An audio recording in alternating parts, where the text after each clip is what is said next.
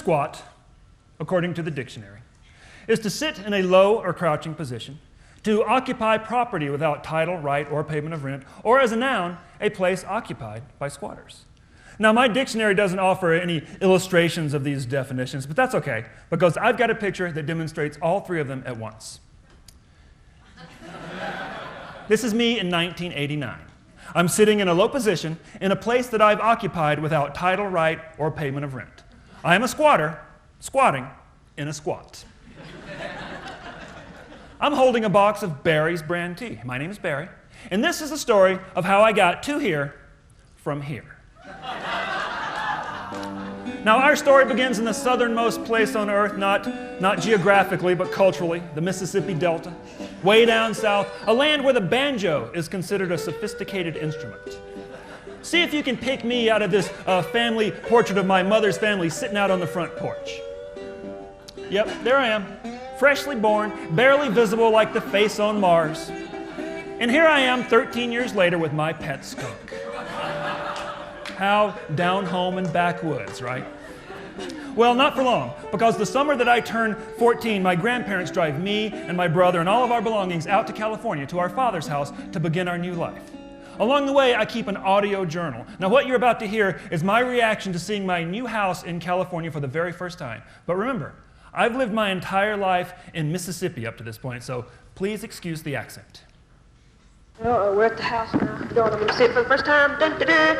Drum roll. Brrr. Ah, it's open. All right. Wow. Look, I got to go upstairs. Let me cut it off while I'm running. I'm in my room. I can't believe it. I don't believe it. Hold on, what is this? I'm not believing this. I'm in my new house. I'm going to cut it off right now. I got to go to the bathroom like crazy. This gets to me, man. Bye. Well, I'm a little bit calmer now, but you wouldn't believe how excited I was seeing my new house and my same old daddy again. Yes, I was very excited to see my new house and my same old daddy again. Now, my daddy wasn't necessarily that excited to see me. To understand why, you have to consider what's going on with my daddy at this time. He divorced 4 years earlier and made his own Mississippi to California migration. Now he's 36, a bachelor living it up in the prime of his life in Southern California. It's 1980, that glorious post-disco, pre-AIDS moment in history. Magnum P.I. has just debuted on TV, so this look is very popular with the ladies, as I suspect are those shorts. He gets a call one night saying, "Hey, remember Mississippi, some kids, your ex-wife?" Well, your ex-wife, my mother, just died in a car wreck, so your swinging bachelor days are about to come to a screeching halt. You got some company coming. I can imagine his reaction was probably something like this. Well, a few years go by, and my dad remarries a woman who's also from the Deep South, and they have a kid together, and they both land pretty decent, well-paying jobs. Now, look, I come from humble beginnings, I mean, I don't have like an Oprah-worthy story of childhood poverty to tell, but we were po'. But suddenly we had some money, I mean, okay, not like crazy money, but a little bit of money. And with new money comes a new attitude and a new lifestyle. Now, what we're about to watch is a video tour that my father shot way back when of our newly remodeled Southern California house. This is our new back bar and bar area. Cutting board here, which is oak. The glasses. Here is Jan's new piano. That's a quarter. That's right here. I know what you're thinking. Please, God, let this be the Nickelodeon version of You Light Up My Life. Well, you're in luck.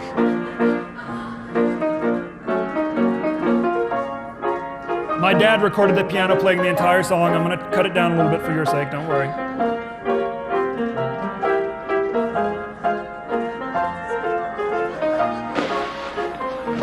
Yes, it's our own little starter Graceland. All right, sorry, I'll be quiet and let my dad finish his tour.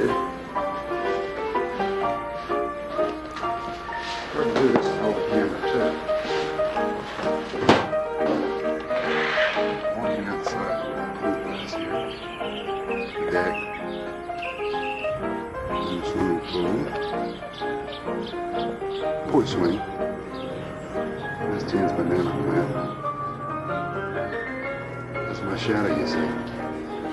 And a wastebasket sitting next to a fountain. Now, for your sake, I'm going to fast forward through a tour of every piece of fruit on every tree in the backyard because I like you. But we're about to move back inside, and I've put subtitles on this next part because it's very important. I'm going to go down the hall to Jan's office. And there's Jan working in her office. Turn the closet into shelves for all of her junk, which she manages to keep junky. For all of her junk, which she manages to keep junky. Okay, now granted, these books have fallen over. And sure, these folders are askew, but I don't look at this and see junky. But my dad does. In fact, everywhere my dad looks, he sees junky. See, my father's a very passionate man, his two main passions being cleaning and straightening. And he loves to share his passions with his son. So every Saturday morning, first thing, we start on the lawn. Cutting, trimming, pruning, bagging, hosing down all the equipment. Then we move on to the house where every surface needs to be scrubbed, scoured, polished, squeegeed, scraped, waxed, regrouted. This work always manages to spill over into Sunday, leaving us with about 45 minutes of actual weekend time once all the cleaning and straightening is done. Now, any shirking of these duties is not tolerated. The only thing worse than dirt is laziness. Let's watch now as my father accuses Smokey, the family dog, of being a freeloader. There's Smokey, doing what he does best. Nothing.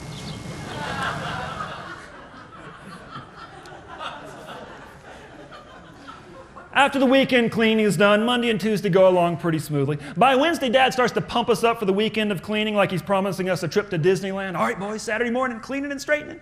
By Thursday, the normal, unaided human eye may be able to detect a little bit of dust, which means that by Friday, the filth index has reached Howard Hughes level. And it's on a Thursday night, right around here, that my father offers me the deepest insight into his worldview. After we've finished eating dinner and cleaning the kitchen, washing and drying all the pots, pans, dishes, silverware, cups, glasses, wiping down the countertop and the stove, sweeping and mopping the floor, tying up the garbage bag, double knot, and finishing with, as instructed, a full 20-second blast of Lysol. My brother and I are hanging out on the living room carpet, wrestling around like young boys will do it. And my dad sees this, and he says, "If you have so much energy, why don't you go clean something?"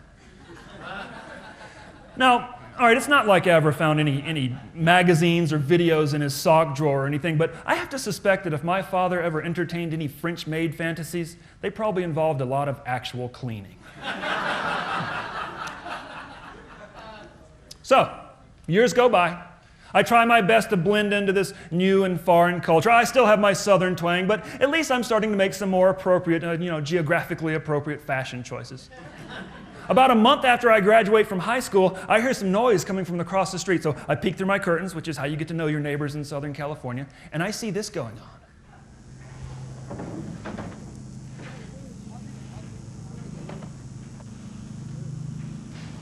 Hey, that's pretty cool, right? Something non-cleaning happening right across the street. So I run off to Kmart and I buy a cheap skateboard and I come home and I skate around in circles inside of my closed garage until I'm good enough to roll shakily across the street and say, "Hi everyone, I'm Barry. Please excuse the accent." And the first person I meet is Mark. He lives up the street with his mom and works at the nearby skate park. Here he is at work. I think it was casual Friday that day. Now, Mark and I become friends, and soon I'm spending every spare non-cleaning moment skateboarding at the Pipeline Skate Park, the granddaddy of all skate parks. That's not me. Now, this is a very popular place even at the time. See, the second wave of skateboarding is well underway, so this is the place to be. It's best known for being the home of the world-famous Combi Pool.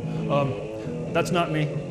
But this is the Combi Pool, a combination round and square pool that's so deep and cavernous and ominous and scary that it'll swallow you whole and never ever spit you out again.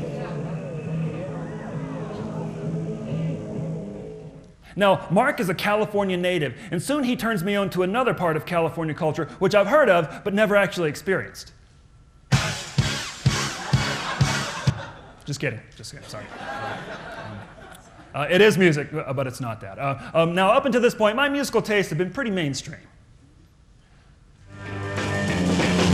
People try to put us to down, talking about my generation, just because we get around, talking about my generation.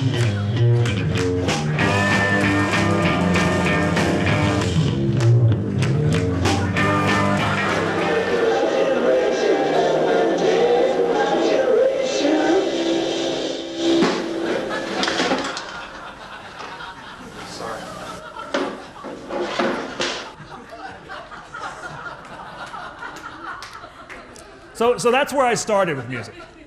But Mark takes me to my very first punk rock concert. Not grunge, not the whitewashed, mall-friendly pablum known as alternative, but real live, hardcore punk rock. Well, come on down into the chicken swamp with me.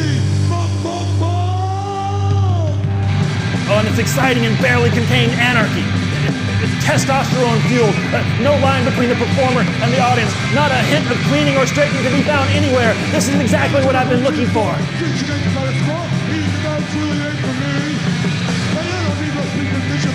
Look, this is not the dance floor. This is the stage.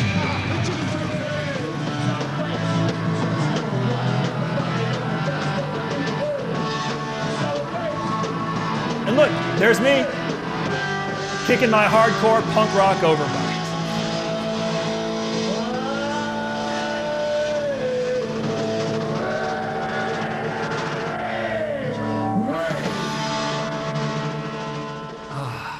You feel that? Yeah, me too.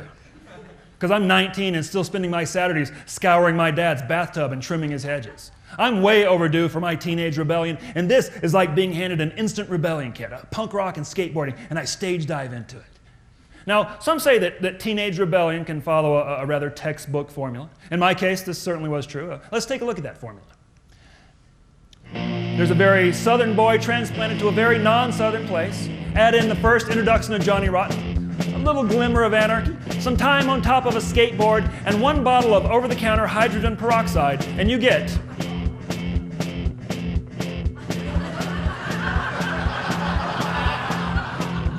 that's right, rebellion in a bottle. Now, my father, I'm pleased to report, is pissed off. Mission accomplished. But even more upsetting to my dad than my new hairstyle is the fact that despite his constant and gentle reminders, I just don't care that much about cleaning. I clean his house because I have to, but personally I'm kind of a slob. It's no big deal. My grandfather, my father's father, is also kind of messy like I am. This is a picture that I took years ago of the wall of my grandfather's storage shed just because I was so impressed with it. Look, this is not the floor. This is the wall. Now, what's happening here is that my grandfather has achieved a Zen-like state of disarray because no matter how you look at this picture, it still works. It completely defies gravity. My grandfather is like a clutter ninja. Exactly the opposite of my father. So, and is this how it works? Does this tendency towards disarray just skip a generation, like male pattern baldness?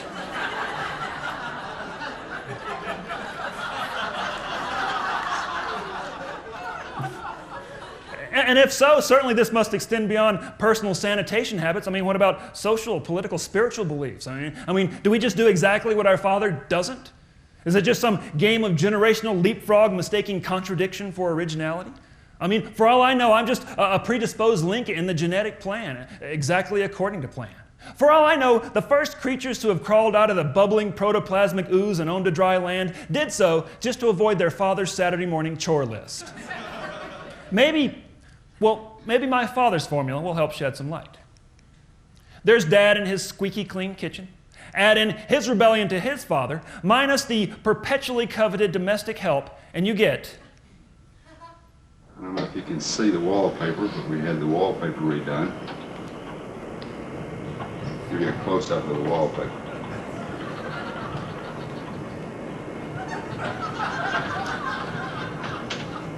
That's what it looks like.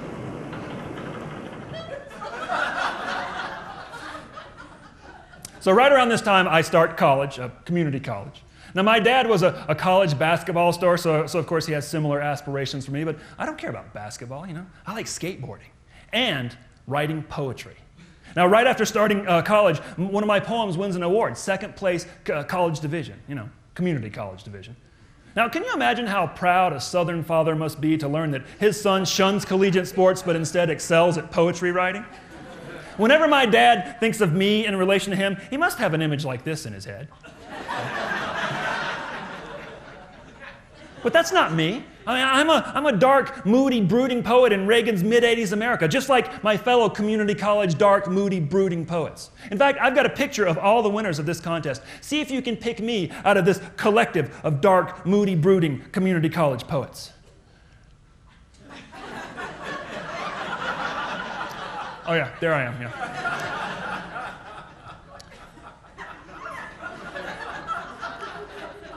Now, Mark's mom moves away with her boyfriend, leaving an empty house up the street. So I move out of my dad's house, finally, a full 10 houses away up the street with Mark. Now, Mark is really into skateboarding. He's been building skate ramps his entire life, but he's always been limited to driveways and sidewalks. But suddenly, Mark has some actual real estate at his disposal. That's not me. So Mark decides it's time to build his skate ramp masterpiece. And what better place than a wasteland of a backyard in the Southern California suburbs to do so? And so we do. 16 feet wide, 30 feet long, 10 feet high, a full foot of vertical. I help out as much as I can, which mostly involves stealing plywood. There's a lot of construction going on in our neighborhood, so I'm able to pick up some seriously discounted materials at what I like to call the Midnight Lumber Emporium. Now, word soon gets out about our awesome ramp, so all the pros who make their way to the pipeline make their way to our ramp. Now, I don't know how much you know about the skate stars of the 80s, but here's Christian Hosoi going really big on my ramp. Lester Kasai in my backyard. Lester brought a friend with him that day, a skinny little 17-year-old kid named Tony Hawk. I mean, imagine hanging out on your couch and Tony Hawk knocks on the door to see if he can come skate your ramp. It's like if you're really into golf and you're in your living room putting into a teacup and Tiger Woods knocks on the door to see if he can come hit a few with you. Our ramp even gets used as an ad in Thrasher magazine, the skateboard magazine. Here's what a typical skate session in our backyard looks like. That's not me.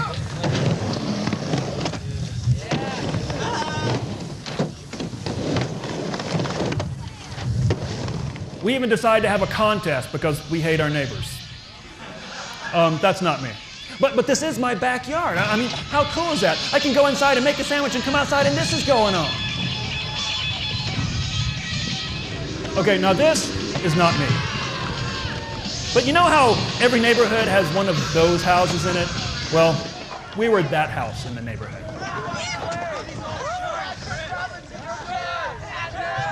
So things are really starting to look up for me in Southern California. You know, after years of feeling like such an outsider, I'm finally starting to blend in. I mean, I was invisible in high school. I never played sports, never was into any extracurricular activities, except, okay, I was actually the president of the juggling club, which is actually a lot like being president of the Please Beat Me Up club. The only people excited about the juggling club were these guys, because our presence on campus took a lot of the wedgie pressure off of them. So you can see where being a real-life skateboarder would be kind of cool, right? I mean, suddenly I'm kind of cool. Now, up until this point, you've seen a lot of footage of videos and pictures of skateboarding, and I've been quick to point out that it's not me. And that's because despite having all the pads and the gear and the t-shirts and knowing the names of the pros and the tricks and my hours and hours of focus and passion and obsession and practice, I suck. I don't mean in that sort of faux humble, aw shucks, twerk nothing sort of way. I mean, well,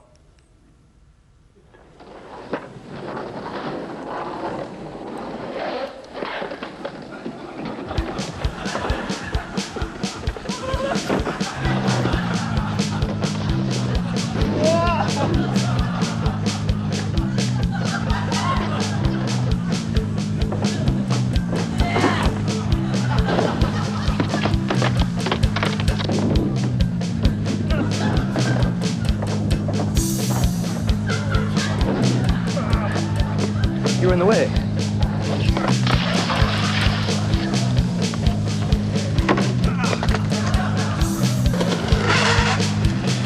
You're in the ground.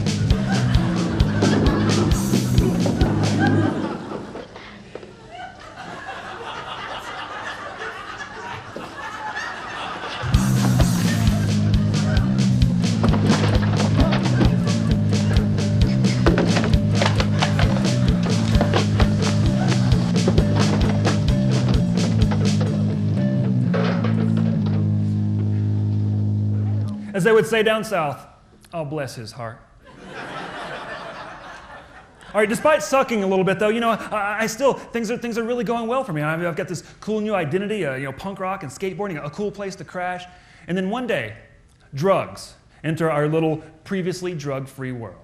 And as is so often the case, drugs enter a good situation, and things suddenly get a whole lot better. The drug I'm talking about is LSD, acid.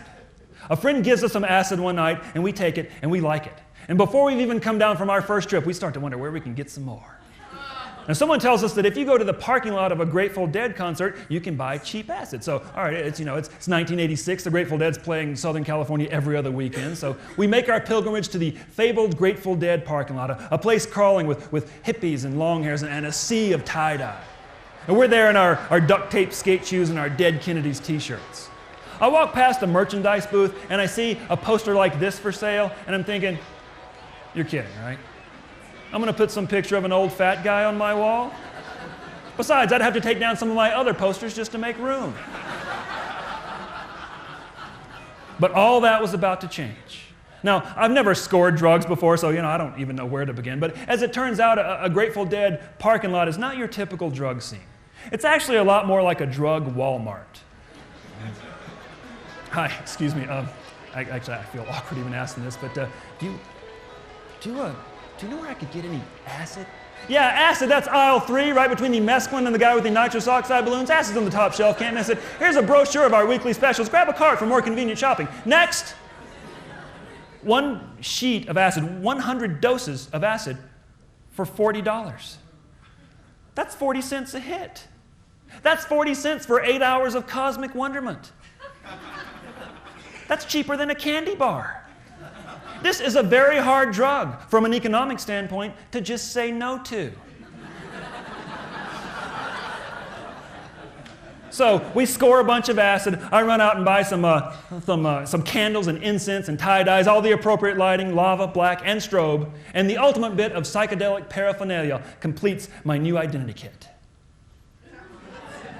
So that brings us to Barry plus Jerry times mobility equals. And yes, Dad was pissed. I need to go back to this picture for a minute. I apologize. I realize it is blurry. You can understand the circumstances under which it might have been taken. I need to point out this bong. It's handmade. After taking acid a few times, I decided to finally try smoking pot. So be careful, kids. LSD is a gateway drug. Turns out the community college has an arts department, so I sign up for a ceramics class, which is a great medium for people into hallucinogens. And I try my best. I really do want to do well. The teacher tells us to make a 12-inch cylinder with a 6-inch base and a raku glaze, and I try, but as soon as I put my hands in the clay, it starts to become a bong. And any artist will be quick to tell you that you have to let the clay speak to you. So that Christmas, everyone in my family gets a bong. Even my grandmother. And when she wonders why there's a hole in her flower vase, I explain that, look, I'm still a beginner, I'm trying my best. Right next door to the ceramics lab is the photo studio, so everyone who doesn't get a bong for Christmas gets a hand-signed and numbered print of one of my cheery black and white photos. Merry Christmas.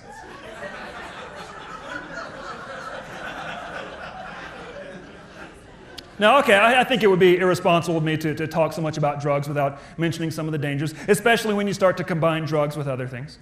In my case, I combined obvious self-reflective tendencies with some time in a black and white darkroom and multiplied this times acid, times lots of acid. And I was given the most dreaded of all community college art projects, the self-portrait series.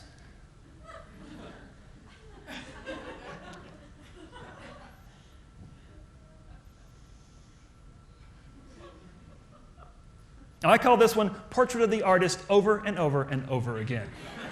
See, what this is me laying on top of pictures of me. Actually, what this is me standing on stage showing you a picture of me laying on top of pictures of me.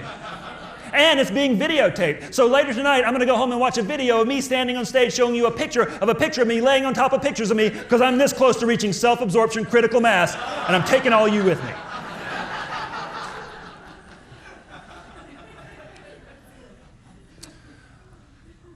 I pick up a copy of High Times magazine and I read that John Lennon claimed to have taken acid 1,000 times. Wow. That's like 3 solid years of tripping. Wow. This inspires me to redouble my efforts. You know, I decide to bring some focus, professionalism, and commitment to my drug taking, like an Olympic athlete. Now, okay, I think it's unfair to assume that all of you have taken acid before, and I would love to tell you what it's like to take acid. Unfortunately, the only thing I can tell you about taking acid is that you never know what's going to happen when you take acid. That's all part of the excitement, right? 8 to 12 hours of the glorious unknown. But let's say that whatever does happen can be plotted somewhere on this potential drug experience continuum chart. So, on the far end, the good end, good things you might be looking at. Pretty cool, right? On the other end, the not so good end, you may be facing something like this. You paid your 40 cents, you take your chances, right? Right in the middle, top dead center, I think that's the most neutral of all drug experiences. Because that could go either way, right? You know, they're looking at me, aren't they? Or they're looking at me, aren't they? Generally, you want your drug experience to linger sort of in this area. Now, at this point in the story, I've been taking acid for about a good solid 8 months, and I've got the house to myself one night, so I think, you know, what the heck, I think I'll take some acid.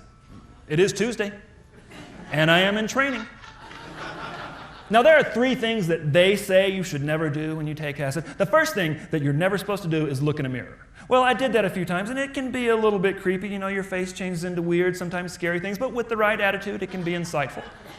The second thing you're never supposed to do is take acid in a public place. You want to be in a safe, comfortable, beanbag-rich environment. You don't want to, like, take acid, you know, and go to Disneyland or anything. Well, I took acid and went to Disneyland, and it is so fucking cool, all right? After your 3rd time through Mr. Toad's Wild Ride, you realize this place was created just for you, not all these little kids running around. And the third thing that they say you're never supposed to do is take acid alone. Well, I'd done pretty well in the first 2, so I figure what's the worst that could happen? I get my answer pretty quickly. I'm hanging out in my room listening to Jimi Hendrix again when I start to notice the flies. Now, this is Southern California in springtime, so I know these flies are real and not a hallucination. I mean, these are the flies that drive my dad crazy each year. He can't even call them flies. He always has to call them big green blowflies. And I don't know if it's me or the acid or what, but these big green blowflies seem to be a little bit more flyy, which brings me to about here. And look, you do not want flies looking at you while you're tripping. That's not cool. But that's all right. You know, I've seen scary things on acid before. I've seen snakes and demons and a grown man forced to wear a Minnie Mouse costume in order to earn a living. So I can handle flies. I know what to do. I just need to divert my attention elsewhere, like to my sexy Paulina poster, which once it begins to be covered with big green blowflies starts to morph into a picture of my dead mother. Okay. So I'm hanging out alone on a Tuesday night watching big green blowflies crawl around on my dead and decaying mother, who I then realize is also my father's ex-wife, and her death meant the end of a pretty good run for him. Holy shit, I think I've been given my dad's version of an acid freak out. Somewhere there was some clerical error, and I've been sent my dad's bad trip by mistake. That means I'm about to start cleaning. And cleaning on acid is so wrong, it's a given. It's not even mentioned in the 3 things you're never supposed to do, especially not when you're having a bad trip, except that you can never say the words bad trip. You can't even think the words bad trip, because that will make it real. That'll give the bad trip power. You have to just maybe dance around those words and head to the kitchen and grab the sponge, because you're having a good time, and rinse it out and start to give the countertop a little wipe down, except that now I've been given my dad's X-ray dirt vision. I can see subatomic particles, and science tells us that the distance between a proton and the electron of an atom is so vast they consist of mostly empty space, but I can see that empty space, and I can see it's filled with dust and clutter and junkiness, and I scrub each atom one by one, individually clean, trying to avoid the flies and the dead mother and the fact that I'm becoming my father, and I scrub each atom until the effect of the drug wears off about 6 hours later, after which time I'm a little bit less interested in trying to beat John Lennon's record.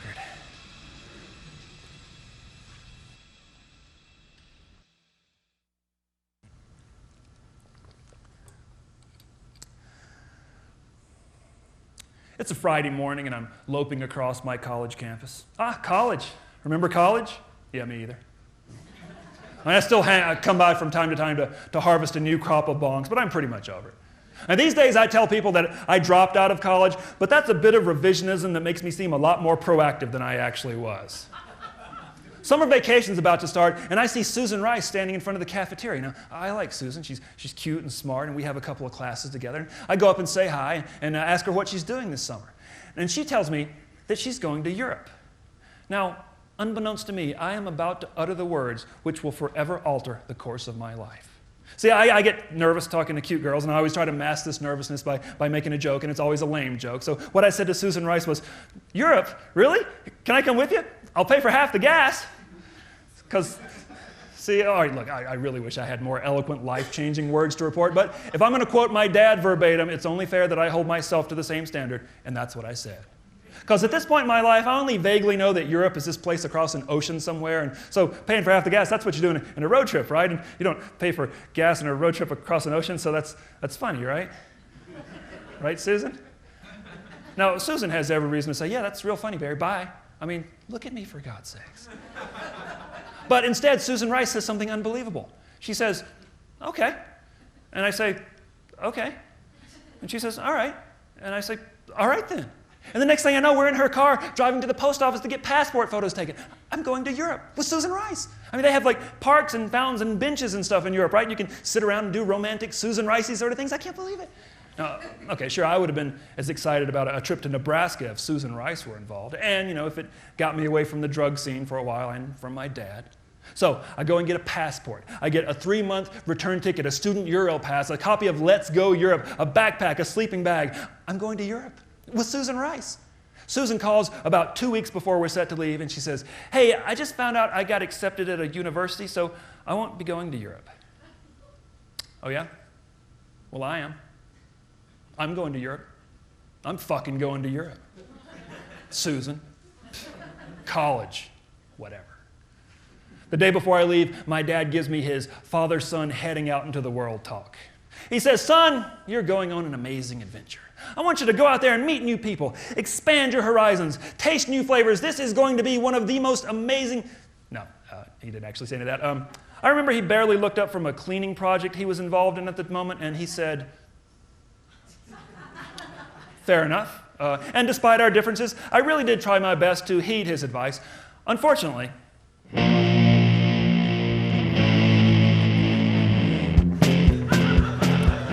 as it turns out, Europe is really cool.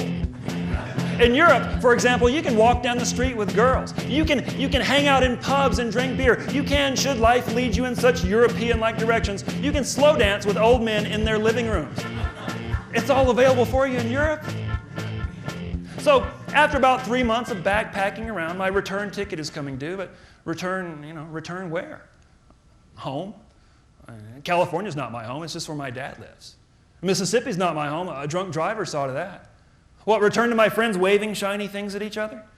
To the 2-year college I've already managed to attend for 3 years? I keep hearing that you can get under-the-table work in London, so I get on a train and I get off a train on one of the first days of fall in 1988, and I check into a cheap little flea bag hotel, and the receptionist is cute, so of course I get nervous and make a lame joke. I ask if they're hiring. She says, actually, yes, we're looking for cleaning staff. Cleaning staff? Oh my God! Look, I can clean, I can straighten, I can wash, I can fold, I can degrime, I can grease, I can easy job, right? I'm hired. For the next month, I clean rundown hotel rooms from 8 to 12 each day in exchange for a free place to stay and all the bread rolls I can steal from the kitchen. Now, the first person I meet in London is Dale. He's a very streetwise guy from Liverpool. He takes me under his wing. I've never lived in this city before, so he teaches me how to score hash from the Rasta bars, how to buy beer after hours, how to ride the subway without paying. And Dale teaches me about squatting. I'm sure you're wondering when the squatting part was coming. Well, here we are. In London, there's an abundance of council-owned dwellings, basically public housing that's just sitting empty. You also have an abundance of people looking for a free place to live. Due to some archaic squatters' rights laws still in the books, you can move into these abandoned public housing buildings, and once you're inside, you can only be evicted by a court order. This is total housing anarchy. In fact, squatting is at the root of the punk rock movement in the 70s. Johnny Rotten and Sid Vicious used to squat together. By the time I'm there, in the mid-'80s, there are an estimated 30,000 people squatting in London alone. There are entire city blocks that are being squatted. Someone even put together a little handbook on the ins and outs of how to squat. So what the hell am I doing in this crappy hotel room? Still cleaning and straightening. Let's squat.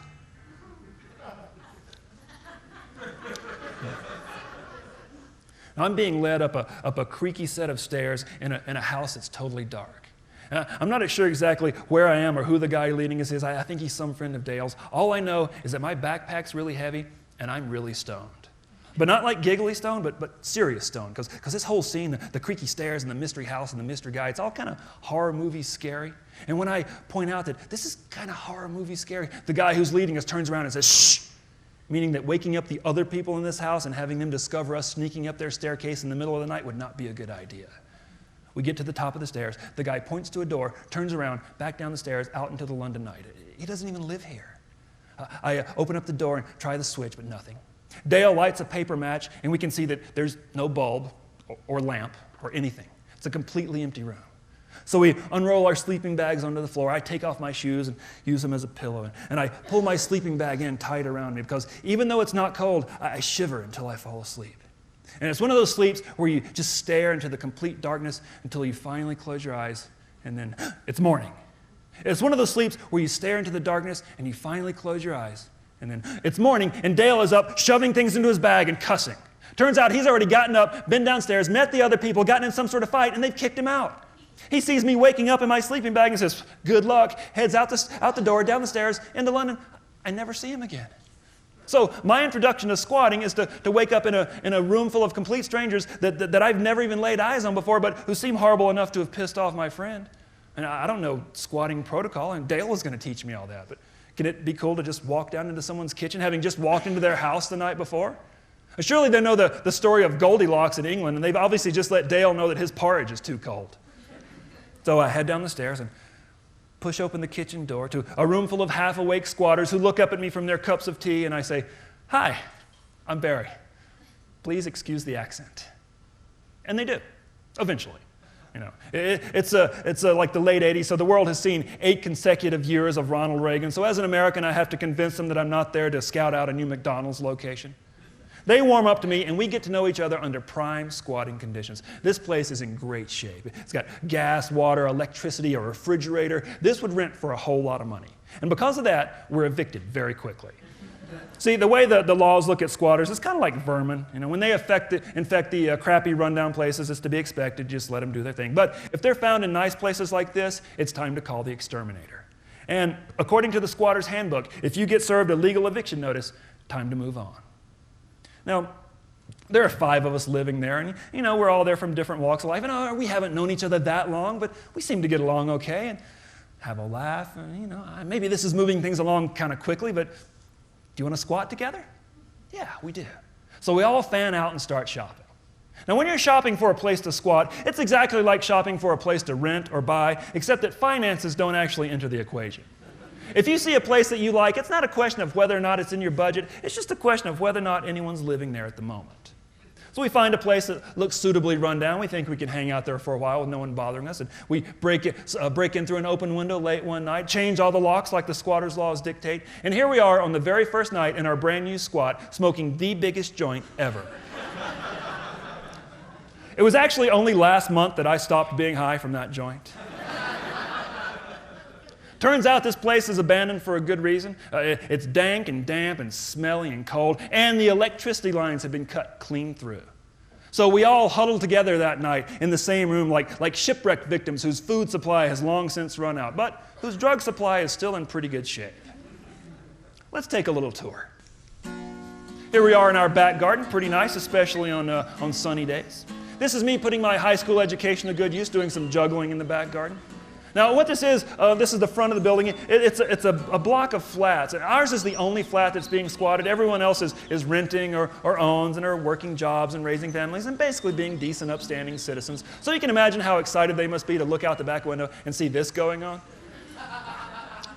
Yes, we were that flat in the neighborhood. Well, let's head inside and take a look at our newly remodeled living room. Lots of things worth mentioning here. Our furniture design is of a motif I like to call early free. There was a used furniture store around the corner. They used to leave chairs out overnight. We assume they must be for us. Thanks. Here's our collection of candles, very important in a place that has no electricity. What I really remember loving about this room, though, are the curtains. Because not only do they give you a real sense of privacy, they also let a lot of natural light in. And what else? Oh, of course, the wallpaper. I don't know if you can see the wallpaper, but we had the wallpaper redone. Give you a close-up of the wallpaper. That's what it looks like. There's our kitchen where we end up spending a lot of time. Another shot of the kitchen. I know that looks blurry, but it's exactly how I remember it. This is my bedroom. I think it looks so nice because I was expecting company that night. Now, what's really scary about this picture is that I have no idea where I got that mattress from, but I'm certain that I didn't buy it new. But I do have a headboard because I have class. Now, I don't have a picture of the bathroom, which is probably just as well. We do actually have a tub and running water, so theoretically we could take baths, but really, who has time for such things? Which brings us to our next formula. Barry, plus London, minus your basic daily hygiene routine, brings us about here. Now, at this point in the story, the only thing separating me from your average vagrant is this subway ID card, which is a pretty thin line when you think about it, because these are free. And I'd love to say that my dad reacted accordingly to my new identity, but my dad was half a world away having a very different reaction. Oh, wait a minute, that's not your dad. He's smiling. Yes, that's right, it is my dad. He is smiling. It's because it's his birthday, and the family has chipped in to buy him a gallon jug of an industrial-strength cleaning solvent. Best birthday ever. Meanwhile, I'm settling into squat life. Given the nature of the squatting situation, there's a revolving door, a cast of characters. Some of the principals include Andy, a musician, kind of paranoid, really funny when he's drunk. Stu, a hardcore deadhead with a vast collection of hissy bootleg tapes, yet has never seen the Grateful Dead live before. That's the guy who was there for a couple of months, never quite caught his first name. Bonnie, an actual girl in a relationship with Andy. Barry, the American squatter. And Steve, completely insane, period. Now, obviously, I don't have time to do a lot of character development with each of these people, but I would like to fill in some of the details on Steve because, for me, he really was the embodiment of the squatting life. So, here we have Steve smoking a joint. Here's Steve passing a joint. If you look in the background, you can see that's the door to my bedroom. Someone has written my name on the door with what appears to be either lipstick or blood or maybe baked beans. Either one of those is equally plausible.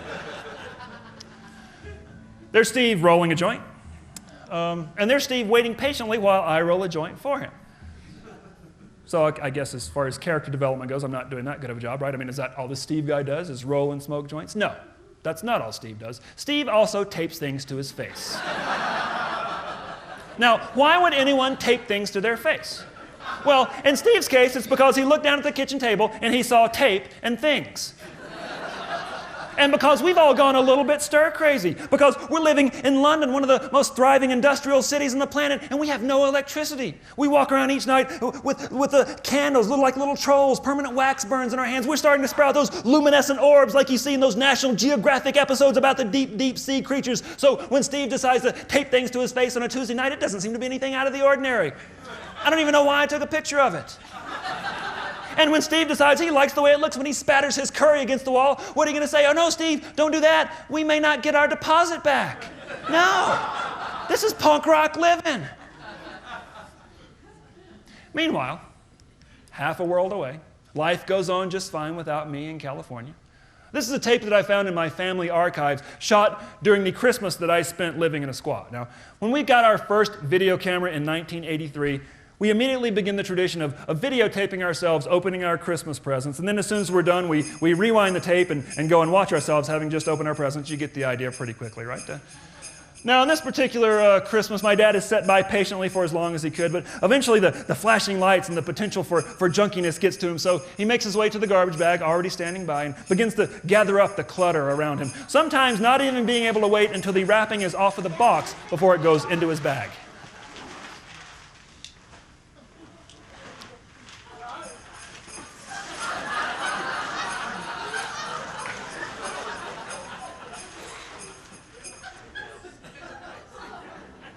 In some families, the father dresses up like Santa Claus.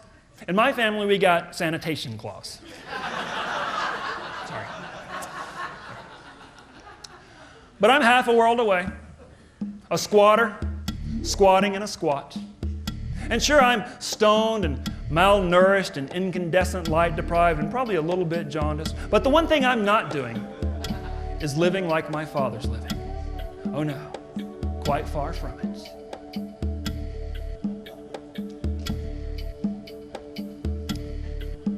At this very moment, I'm 22 years old.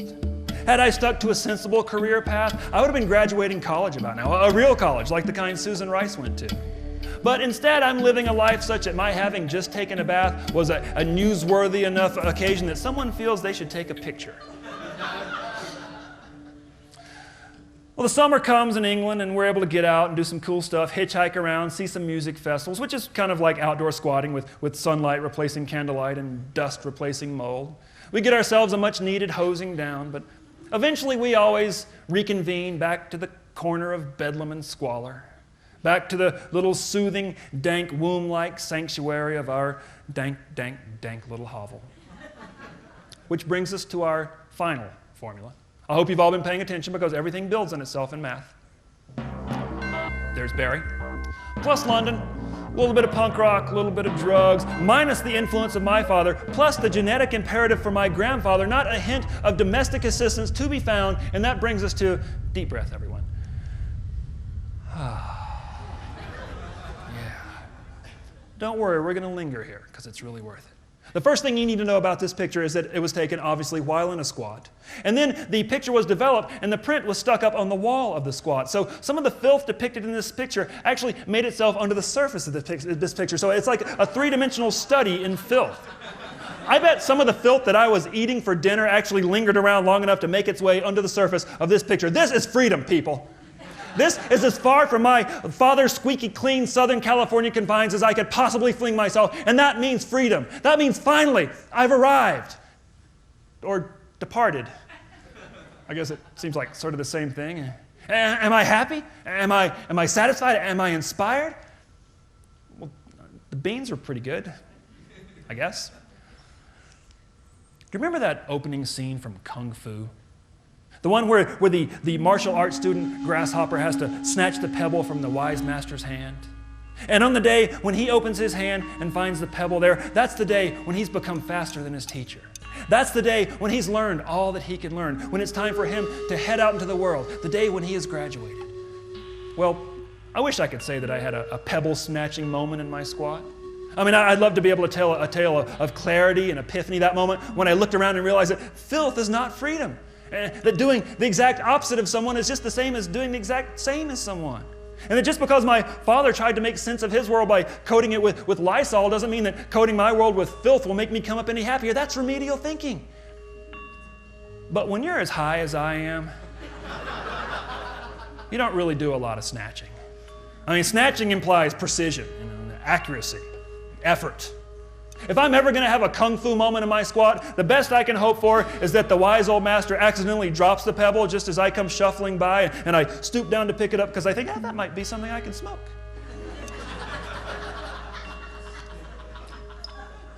And that's pretty much what happens. The pebble comes in the form of the expiration of the second of my 2 allotted 6-month student visas. So, ready or not, Grasshopper, take your pebble and get the hell out. I sit in the smoking section. I chain smoke from my package of drum rolling tobacco. The last time I was ever able to smoke on an airplane. And then Los Angeles airport, and a shuttle ride home, and my parents' front door, and hugs and welcomes, and bright lights, and clean surfaces, and my dad says, hey, let's go out to the patio. Here's the patio. Sunday barbecue grill. Jen's plants. Of course, that's the kitchen window. You look at the hedge I just cut Friday in the yard.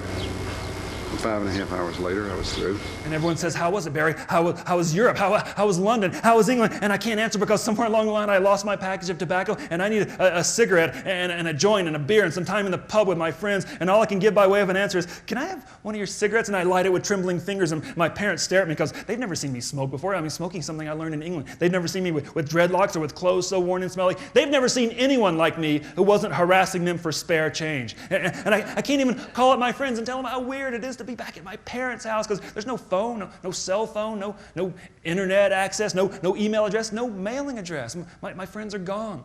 Like Susan was gone, like Dale was gone, like my mother was gone, like this last year never even happened. And I sit out on my dad's patio snapping the filters off of his Marlboro Light 100s, wondering if this is what a nervous breakdown feels like. The next morning, I'm up early. My internal clock's all off due to the time change and my existential crisis. And so I'm the first one up, but not for long, because soon there's Dad in his bathrobe saying, oh, you're up. You want to watch the video of our Hawaii vacation? No, I don't. Because I saw that video waiting for me on top of the VCR, and I noticed that it's actually 2 videos, Hawaii parts 1 and 2. Okay, sure, why not? So he puts the videotape in, and here's what I see. Just a minute. You're recording with the goddamn disc cover on it. I wonder why I can't see anything. Here we are at the banyan tree. This is Brownie. And there's my dad looking like the quintessential American tourist, on vacation in paradise, but still yelling at his wife about how to work the video camera. Check it out. As I watch him wander from branch to branch, looking a little lost, and Move around. reminds me of kind of what I just did, wandering from branch to punk rock to skateboarding to dreadlocks to squatting. And I realized that my dad's just trying to make his way on his own, just like I am. We're both trying to figure it out as best we can and get some happiness on our own terms. And I never really thought that maybe we're a little more alike than we are different. And if that's true, then all this criticism and judgment I've placed on him could... But before I'm able to finish that thought, the video switches to what appears to be my father driving every paved road on the island of Maui.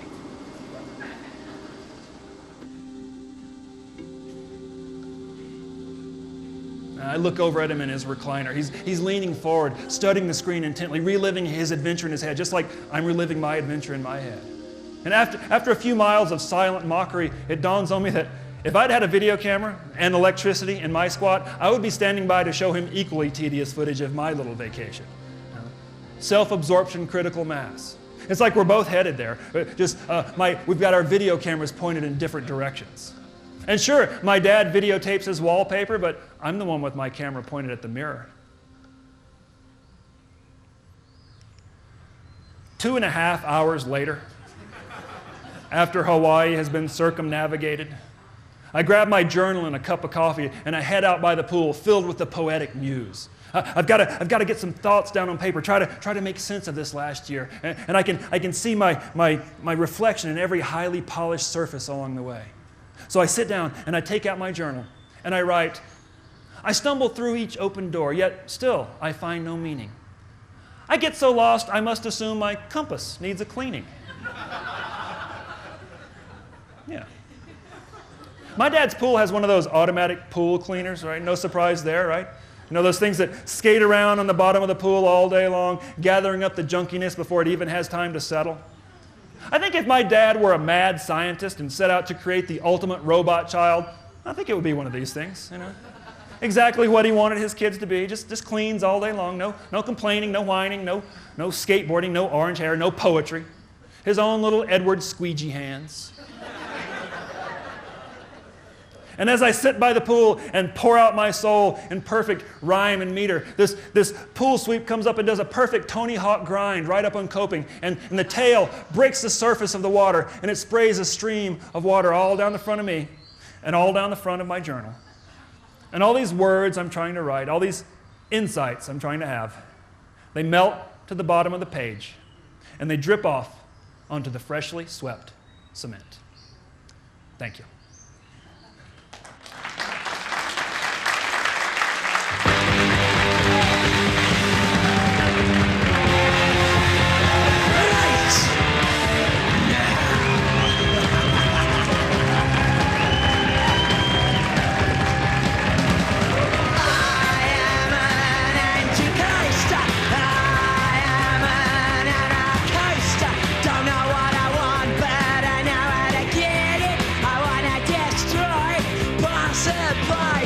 die.